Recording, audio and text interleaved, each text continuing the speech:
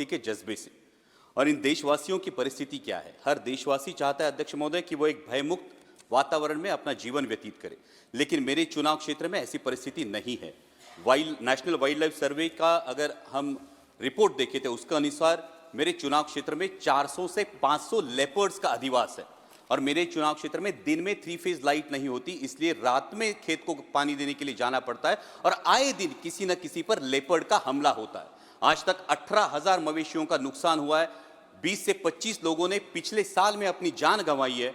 और अभी जुन्नर फॉरेस्ट विभाग ने महाराष्ट्र सरकार को एक प्रस्ताव भेजा है, जो इकलौता सॉल्यूशन है वो लेपर्ड रिप्रोडक्शन कंट्रोल का सॉल्यूशन है। और इसके लिए मैं नियमित तरीके से मंत्रालय से भी गुजारिश कर रहा हूं और मेरी ये गुजारिश है कि मंत्रालय इस पर संज्ञान ले और लेपर्ड रिप्रोडक्शन कंट्रोल करे और मेरे चुनाव क्षेत्र में दिन में 3 फेज लाइट देने का निर्देश राज्य सरकार को पारित करे।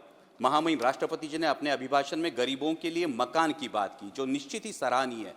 लेकिन मेरे चुनाव क्षेत्र में अध्यक्ष महोदय 1.5 से 2 लाख लोग ऐसे हैं, वो रहते तो पक्के घरों में हैं, लेकिन उनके घर अनऑथोराइज करार दिए जा रहे हैं। और वजह है दिघी एम्यूनिशन डेपो की वजह से लगा हुआ रेड जोन।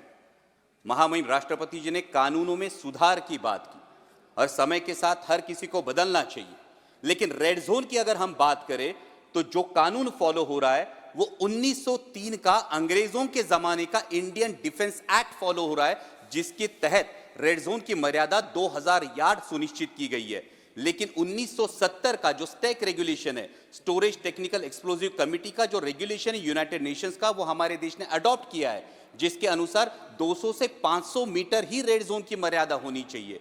तो जब हम कानून के सुधार की बात करते हैं तो मेरी सरकार से ये गुजारिश है कि जो कानून हमने अडॉप्ट किया है उस पर अमल किया जाए और 500 मीटर के आगे ये रेड जोन की मर्यादा से देशवासियों को राहत दी जाए। महामहिम राष्ट्रपति जी ने अपने अभिभाषण में एग्रीकल्चर एक्सपोर्ट की बात की और विकसित भारत के जो 4 स्तंभ हैं उन्होंने किसानों का जिक्र भी किया। लेकिन वास्तविकता यह है अध्यक्ष महोदय, पिछले 35-40 दिनों से अनियन के एक्सपोर्ट पर पाबंदी लग चुकी है और अनियन एक्सपोर्ट पर पाबंदी लगने की वजह से, प्याज के निर्यात पर पाबंदी लगने की वजह से मेरे महाराष्ट्र के प्याज उत्पादक किसानों का 2000 करोड़ रुपयों का नुकसान हुआ है। और इस पाबंदी की वजह से भला हो रहा है पाकिस्तान के किसानों का, क्योंकि मिडिल ईस्ट का मार्केट हो, यूरोप का मार्केट हो, ये पूरा पाकिस्तान अनियन ग्रोअर फार्मर्स के हाथ में चला गया है और पाकिस्तान के किसानों को उनके प्याज का दाम मिल रहा है, लेकिन मेरे किसान को अपना प्याज 8 से 10 रुपए किलो के दाम में बेचना पड़ रहा है। हमने सरकार से सुना था कि पाकिस्तान की कमर तोड़ देंगे, ये तो इस निर्णय की वजह से पाकिस्तान के किसानों को भला हो रहा है, कमर मेरे किसानों की टूट रही है। यहां पे महामहिम राष्ट्रपति जी ने किसानों की आय दुगनी होने की बात की। अध्यक्ष महोदय, मैं कुछ आंकड़े बताना चाहता हूं कि 2013 में डीएपी की एक बैग थी, उसकी कीमत थी 560 रुपए। 2024 में डीएपी की बैग की कीमत है 1100 रुपए। जो लागत की मजदूरी थी प्याज के लिए, उसकी कीमत थी 5000 रुपए, आज लागत की मजदूरी जाती है 11,000 रुपए। आज 2013 में प्याज बिक रहा था 20 रुपए किलो में, आज प्याज बिक रहा है 8 से 10 रुपए किलो में। 2013 में सोयाबीन बिक रहा था 6000 रुपए क्विंटल के दरों में, आज सोयाबीन बिक रहा है 4500 रुपए क्विंटल के दरों में। तो किसान की आय दुगनी हुई या 2 गुने से ज्यादा घट गई है?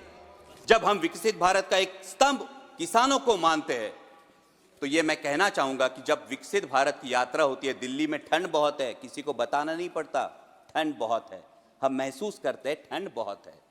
तो जब विकसित भारत है तो ये बताना क्यों पड़ता है? मेरा किसान ये महसूस क्यों नहीं कर पाता कि ये विकसित भारत है, मेरी आय दुगनी हुई है? और ये मेरी दरख्वास्त है कि किसानों के बारे में गंभीरतापूर्वक ये विचार किया जाए, क्योंकि अगर उगाने वाला उगाएगा नहीं तो खाने वाला खाएगा क्या, ये सवाल बनता है। अंत में महामहिम राष्ट्रपति जी ने राम मंदिर के निर्माण की बात की और मर्यादा पुरुषोत्तम प्रभु श्री राम, हमारे राम लल्ला जो विराजमान हुए, उसके लिए मैं समूचे देश का अभिनंदन करता हूं और उसी के बारे में कुछ पंक्तियां कहकर मैं अपनी वाणी को विराम दूंगा। अध्यक्ष महोदय, जब राम लल्ला की प्राण प्रतिष्ठा की बात आई तो किसी ने कहा बिना कलश के प्राण प्रतिष्ठा कैसे होगी? किसी ने कहा बिना कलश के प्राण प्रतिष्ठा कैसे होगी? किसी ने कहा जब चुनाव ही प्राण हो तो सोचो कौन सी प्रतिष्ठा दांव पे लगी होगी। लोग तो कुछ कहेंगे, लोगों का काम है कहना, आप जन की बात मत सुनना, सिर्फ मन की बात करना। फिर भी खुश थे हम 500 साल का सपना जो पूरा हो रहा था, हमारे अंदर का हिंदू भी पूरी तरह से जाग गया था। तो चल पड़े अयोध्या की ओर, राम लल्ला की दर्शन की आस लगाए। चल पड़े अयोध्या की ओर, राम लल्ला के दर्शन की आस लगाए। जो सामने नजारा देखा वो देखकर दंग रह गए। वो 3 मंजिलें, 400 खंबे, 32 सीढ़ियां, जय श्री राम का नारा लगाते हुए हम सीढ़ियां चढ़ने लगे। राम लल्ला से क्या गुहार लगाए ये सोचने लगे। पहली सीढ़ी पर याद आई महंगाई, पहली सीढ़ी पर याद आई महंगाई, दूसरी पर देश में बढ़ती बेरोजगारी, तीसरी पर पत्रकारिता की चरण चुंबकता, चौथी पर सेंट्रल एजेंसीज की संदिग्ध भूमिका। हर सीढ़ी पर कुछ न कुछ याद आ रहा था, हर सीढ़ी पर कुछ न कुछ याद आ रहा था। कहीं 15 लाख का जुमला, कहीं किसानों का आक्रोश था, कहीं महिला कुश्तीगिरों की वेदना थी, कहीं सालाना 2 करोड़ रोजगारों का वादा था, कहीं बढ़ती सांप्रदायिकता थी, तो कहीं चुनिंदा पूंजीपतियों पर मेहरबान हमारी सरकार का चेहरा था। इस वास्तविकता ने झंझोड़ने के बाद भी हम अंधभक्तों की तरह चलते गए।